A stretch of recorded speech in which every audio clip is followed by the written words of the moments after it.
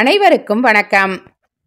இந்த பதிவில் நாம் கேட்க இருக்கும் சிறுகதை ஸ்பெஷல் கிளாஸ். வாங்க கதைக்கு போகலாம். கணக்கு புரிஞ்சுதா? Any doubt? கரும்பலகையில் கணக்கினை போட்டுவிட்டு நிமிர்ந்த பூரணி கேட்டாள். No doubt miss. மாணவியர் கோரஸாக கத்தினர். புன்முறுவலுடன் தன் இருக்கையில் அமர்ந்தாள். மணி அடித்து மாணவியர் கலைந்து சென்றனர். தப்பே இல்லாமல் வகுப்பில் கணக்கு போடும் நான் வாழ்க்கையில் எங்கே தவறினேன்? எப்படி என் கணக்கு எங்கே தவறியது? நேற்று நடந்த சம்பவம் மண்டையில் இடியாய் தாக்கியது. ஒன்றுமில்லை, விஷயம் சாதாரணமானதுதான். பூரணி வீட்டுக்கு செல்லும்போது மணி 5:30 விட்டிருந்தது. வீடு பூட்டியிருந்தது. வழக்கமாக அவள் மகன் ராஜா வந்திருப்பான். அவனிடமும் ஒரு சாவி இருக்கும். அன்று அவன் வீட்டில் இல்லை. பூரணி உள்ளே சென்று ஃப்ரிட்ஜில் இருந்த பாலை சுட வைத்து காப்பி கலந்தாள். ராஜாவுக்காக காப்பியை ஃப்ளாஸ்கில் ஊற்றி வைத்தாள். காலையில் வைத்துவிட்டு போன குழம்பையும் கறியையும் சூடு செய்தாள். பின்னர் முகத்தை கழுவி லேசாக பவுடர் தடவி ஒரு பொட்டை வைத்தாள். மணி 7 பயம் லேசாக வயிற்றை கலக்கியது. என்ன, இன்னமும் வரவில்லையே? வாசலுக்கு வந்தாள். எதிர் வீட்டில் ராஜாவுடன் அதே பள்ளியில் படிக்கும் சேகர் நிற்பது தெரிந்தவுடன், சேகர், ராஜா இன்னும் வரலப்பா, உன்கிட்ட ஏதாவது சொன்னானா என்று கேட்டாள். அவன் பதில் சொல்வதற்கு முன் ராஜாவே வந்துவிட்டான். வாசலிலேயே பூரணி நிற்பதைக் கண்டவுடன் முகம் சிவக்க விறுவிறுவென்று உள்ளே நுழைந்தான். நான் பயந்தே போயிட்டேம்மா. ஏன் இவ்வளோ லேட்டு? சாதாரணமாகத்தான் கேட்டாள் பூரணி. ராஜா பதில் சொல்லவில்லை. புத்தக பையை படார் என்று விசிறியடித்தான். அவன் செய்கையால் அதிர்ந்தாள் பூரணி. இதுவரை இம்மாதிரி அவன் எதுவும் செய்ததில்லை. ஏன்பா, உடம்பு சரியில்லையா? பரிவுடன் நெற்றியில் கை வைத்தாள். No, I am alright.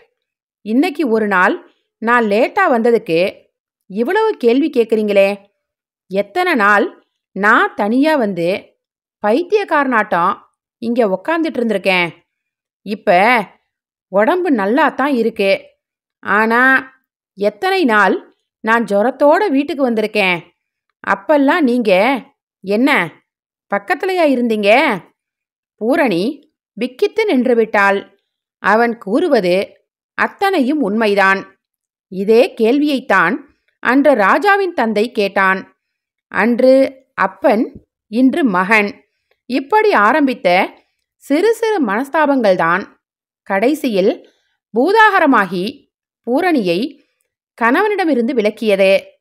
அவள் கணவன் இன்று வெளிநாட்டில் யாரையோ திருமணம் செய்து கொண்டு வாழ்வதாக அவள் காதுகளில் செய்தி எட்டியது.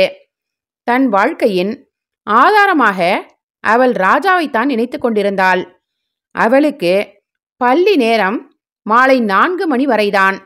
ஆனால் அதற்கு பிறகும் 1 மணி நேரம் பள்ளியில் டியூஷன் எடுத்தாள். அது மட்டுமின்றி சந்தேகம் கேட்டு வரும் மாணவியருக்கும் பொறுமையுடன் விளக்குவாள். மற்ற ஆசிரியைகள் போல மணி அடித்தவுடன் ஓட அவளால் முடியாது. மாணவியருக்கும் அவளிடம் ஒட்டுதல் அதிகம். வீட்டு பிரச்சனைகளை கூட அவளிடம் மனம் திறந்து பேசும் மாணவியர் எத்தனையோ பேர். அவள் அந்த பணியை மதித்தாள். மாணவியரின் உணர்ச்சிகளை மதித்தாள். அதே நேரத்தில் ராஜாவுக்கும் குறை வைக்கவில்லை அவள். அவனும் அம்மா அம்மாவென்று அவளையே தான் சுற்றி வந்து கொண்டிருந்தான். சில நாட்களாகத்தான் அவன் போக்கில் சிறு மாறுதல். இன்று அவன் மனம் புரிந்ததும் பூரணி திகைத்து விட்டாள். ராஜா, நீ சொல்றது வாஸ்தவந்தான், நான் ஒத்துக்கிறேன். ஆனா போதும், எந்தவித விளக்கமும் எனக்கு தேவையில்லை. அத நான் எதிர்பார்க்கவும் இல்லை. ராஜா விருட்டென்று எழுந்து உள்ளே போய்விட்டான். அன்று இரவு இருவருமே சாப்பிடவில்லை. கண்களின் கண்ணீர் கன்னத்தில் வழிந்து மேசையின் மேல் வைத்திருந்த புத்தகத்தில் பட்டு தெரித்ததும் சுய உணர்வு பெற்ற பூரணி தான் அழுததை யாராவது பார்த்திருப்பார்களோ என்ற ஐயத்துடன் சுற்றும் முற்றும் பார்த்தாள். நல்ல வேளை, யாரும் அங்கில்லை. நல்ல டோஸ் கொடுத்தடா உங்க அம்மாவுக்கு. வெல்டன். ராஜாவின் கைகளை பிடித்து குலுக்கினான் சுரேஷ். பக்கத்தில் நண்பர் பட்டாளம். ஒரு ஹீரோவைப் போல நடுவில் ராஜா. வேலைக்கு போற அம்மாக்களையெல்லாம் ஷூட் பண்ணணும்டா என்று பல்லை கடித்தான் பாஸ்கர். வீட்டில் அவன் தாய் அவனை கவனிப்பதில்லையே என்ற கடுப்பு அவனுக்கு. சரி விடுங்கடா, இன்னைக்கு நம்ம சூரஜோட பர்த்டே. சாயந்தரம் வீட்டுக்கு கூப்பிட்டுருக்கான். போகலாமா வேண்டாமா என்றான் சுரேஷ். ராஜாவுக்கு மனத்தில் லேசாக உறுத்தல். நேற்று தானே எடுத்தெறிந்து பேசினேன். இன்று? ஏய், என்னடா யோசனை? ஒண்ணுமில்ல. இன்னைக்கும் லேட்டா போகணுமா? சரி, அப்ப இப்பவே கிளம்புவோம். போய் அவனை வாழ்த்திட்டு போயிடலாம். ஓகே? ஓகே. நண்பர்கள் பட்டாளம் ஆரவாரத்துடன் கிளம்பியது. சூரஜின் வீடு. தவறு தவறு, வீடல்ல, அது அரண்மனை. வாசலில் கூர்க்கா, உள்ளே ராஜபாளையம். பெரிய தோட்டம். தோட்டத்தின் நடுவில் நீரூற்று. பிரமிப்பாக இருந்தது. இந்தி படங்களில் வரும் கள்ளக்கடத்தல்காரனின் மாளிகை போல இருந்தது ராஜாவுக்கு. இவர்கள் உள்ளே சென்றதும் சூரஜ் ஓடி வந்தான். ஹலோ, என்னடா 6 மணிக்கு வர சொன்னா 4 மணிக்கே வந்துட்டீங்க? தட்ஸ் ஆல் ரைட் என்றவன் டெலிஃபோனை எடுத்து சமையல்காரனிடம் ஏதோ கூறினான். சிறிது நேரத்தில் அனைவருக்கும் சாப்பிட தட்டுகளில் ஏதேதோ வந்தன. சிரிப்பும் பேச்சுமாக நேரம் கழிந்தது. எங்கடா உங்க அம்மா அப்பா யாரையுமே காணோம் என்று கேட்டான் ராஜா. 1 நிமிஷம் என்ற சூரஜ் டெலிஃபோனை எடுத்தான். மறுநிமிடம் முகம் வாடிப்போய் டெலிஃபோன் ரிசீவரை வைத்தான். என்னடா? சாரிடா, எங்க அப்பா கான்ஃபரன்ஸுக்காக பாம்பே போயிட்டாராம் என்றான். அதனால என்னடா என்றான் ஆறுதலாய் சுரேஷ். உங்க அம்மா எங்கடா?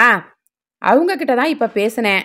அவங்களுக்கு இன்னைக்கு எனக்கு பிறந்த நாள்னு நினைவில்லையா, அதனால அவங்களுக்கு ஏதோ ப்ரோக்ராம் இருக்கான். ஏன் 1 வாரத்துக்கு முன்னாலேயே அப்பாயின்மெண்ட் கேட்குறேன்னு கோவப்படுறாங்கடா என்ற சூரஜை வியப்புடன் பார்த்தனர் நண்பர்கள். சிறிது நேரத்தில் நவநாகரிக அலங்காரத்துடன் வந்த சூரஜின் அம்மா அவனை தாண்டி சென்றபோது ஒரு சிறு புன்முறுவலுடன், டோன்ட் வரி, அடுத்த வருஷம் கிராண்டா செலிப்ரேட் பண்ணிடலாம் என்று சொல்லிக்கொண்டே சென்றாள். எந்தவித வசதியும் இல்லாத தன் தாய்தான் தன்னை வளர்க்க, படிக்க வைக்க வேலைக்கு போகிறாள். செய்யும் தொழிலை தெய்வமாக நினைக்கிறாள். அத்தனை வசதி இருந்தும் மகனை புறக்கணிக்கும் சூரஜின் தாய் ஒரு புதிராகத்தான் தோன்றினாள் ராஜாவுக்கு. பளீரென்று தன் பிறந்தநாள் நினைவுக்கு வந்தது. காலை 4 மணிக்கு எழுந்து குளித்து சுவாமி படங்களுக்கு பூ போட்டு வீடு முழுவதும் சாம்பிராணி மணக்க தனக்கு பிடிக்குமே என்பதற்காக அந்த காலை வேளையிலேயே பால் பாயாசமும் வெஜிடபிள் பிரியாணியும் செய்து நண்பர்களுக்கு கொடுப்பதற்காக சர்க்கரை பொங்கல் டிஃபன் பாக்ஸில் வைத்து தன்னை எழுப்பி ஹாப்பி பர்த்டே ராஜா என்று காதலியில் கூறிய அன்னையின் முகம் மனக்கண்ணில் தெரிய ராஜா அதற்கு மேலும் அங்கிருக்க பிடிக்காமல் எழுந்து வெளியே வந்தான்.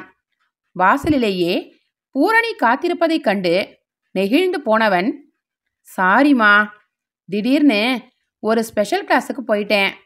ரொம்ப நாளா புரியாம இருந்த ஒரு பாடம் இன்னைக்கு நல்லா புரிஞ்சிடுச்சு. ஆமா, இன்னைக்கு என்ன வேணும் நம்ம வீட்டு டின்னருக்கு என்று சிரித்தான். பூரணிக்கு புரியவில்லை. எப்படி இந்த மாற்றம்? அவளுக்கு தெரியுமா என்ன மகன் எந்த ஸ்பெஷல் கிளாஸில் கற்றுக்கொண்டு வந்திருக்கிறான் என்பது? கதை முடிந்தது. நன்றி, வணக்கம்.